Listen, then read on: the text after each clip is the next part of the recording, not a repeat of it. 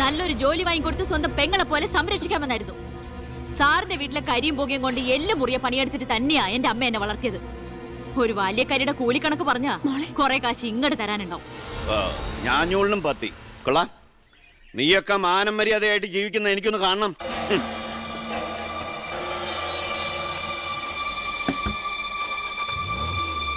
എടാ ഞാനാ. എന്താ അച്ഛാ? ഏയ് നടക്കില്ലടാ. ഇന്ന് അച്ഛൻ അവളുടെ അടുത്ത് പോയി. നാളെ അവൾ അച്ഛൻ്റെ അടുത്ത് വരണം. അച്ഛൻ സമാധാനമായിട്ടിരിക്കുക. ബാക്കിയൊക്കെ ഞാൻ നോക്കിക്കോളാം.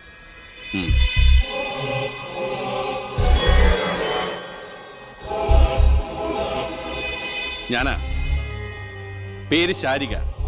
കോട്ടപ്പുറം സ്കൂളിലെ ടീച്ചറാ.